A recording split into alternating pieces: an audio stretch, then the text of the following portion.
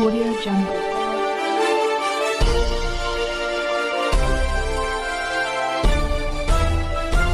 Audio Jungle.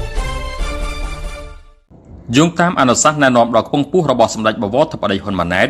ការអភិវឌ្ឍតំបន់ទេសចរធម្មជាតិត្រូវគិតពីការផ្ដល់ផលជូនប្រជាសហគមន៍ជាអាទិភាពមុនហៅអ្នកពីខាងក្រៅមកវិនិយោគជំរឿននៃការអភិវឌ្ឍបែបនេះគឺធានាបាននូវការផ្ដល់ប្រយោជន៍ដល់ប្រជាសហគមន៍ដូចនេះប្រជាសហគមន៍ត្រូវក្តាប់ជោគវាសនារបស់ខ្លួនតាមរយៈសក្តានុពលដែលមានស្រាប់នៅសហគមន៍ដើម្បីបង្កើនសេដ្ឋកិច្ចមូលដ្ឋាននិងកាត់បន្ថយសម្ពាធបរិស្ថាននេះជាការលើកឡើងរបស់ឯកឧត្តមបណ្ឌិតអៀងសុផាឡែតរដ្ឋមន្ត្រីក្រសួងបរិស្ថានក្នុងឱកាសអនុញ្ញាតឲ្យលោកមួងស៊ូនីប្រធានសមាគម100រាត្រីនិងក្រុមការងារចូលជួបរាយការណ៍វឌ្ឍនភាពការងារក្នុងការរួមចំណែកកិច្ចគាំពារបរិស្ថាននិងជំរុញកោះស្រឡៅជាកោះអាបជាក្រិតកាបូននៅក្នុងឱកាសនោះឯកឧត្តមបណ្ឌិតរដ្ឋមន្ត្រីបានផ្ដល់អនុសាសន៍ថាដើម្បីឲ្យសហគមន៍កោះស្រឡៅធានាបាននូវទេសភាពស្រស់ត្រកាលបរិស្ថានស្អាតនិងបៃតងឆ្ពោះទៅកោះអាបជាក្រិតកាបូនក្រសួងបានរៀបចំផែនការជាជំហានយ៉ាងម៉ត់ចត់និងជាក់លាក់ផ្ដើមជាដំបូងសូមឲ្យប្រជាសហគមន៍និងអាជ្ញាធរពាក់ព័ន្ធរួមគ្នាសម្អាតកោះស្រឡៅយើងឲ្យបានស្អាតសិនរៀបចំទុកដាក់បែងចែកសម្រាមជីកម្ប៉ុស្តនិងឡដុតសម្រាមសំណល់ប្លាស្ទិកដោយប្រើប្រាស់សូឡា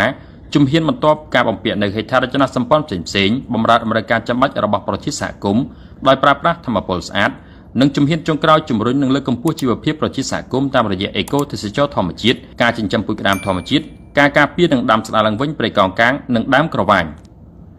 ឯកឧត្តមបណ្ឌិតរដ្ឋមន្ត្រីបន្តថាជំហានទាំងអស់នេះគឺក្រសួងឆ្លើយតបទៅបំណងប្រាថ្នាដ៏ពិសិដ្ឋរបស់សម្ដេចបវរធិបតីហ៊ុនម៉ាណែតនាយរដ្ឋមន្ត្រីនៃព្រះរាជាណាចក្រកម្ពុជាដែលចង់ឃើញជីវភាពសហគមន៍យើងរីកចម្រើននិងចីរភាពគូបញ្ជាក់ថាសហគមន៍កោះស្រឡៅស្ថិតក្នុងភូមិកោះស្រឡៅឃុំកោះកាពីស្រុកកោះកុងខេត្តកោះកុងដែលហ៊ុំព័ទ្ធដោយព្រៃកោងកាងនិងជាទីកន្លែងសម្បូរទៅដោយគ្រឿងសមុទ្រធម្មជាតិស្រស់ៗជីវៈចម្រុះជាច្រើនប្រភេទនិងមានប្រជាសហគមន៍អាស្រ័យផលប្រមាណ300គ្រួសារ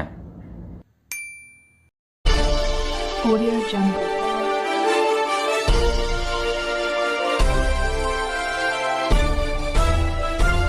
Audio Jungle.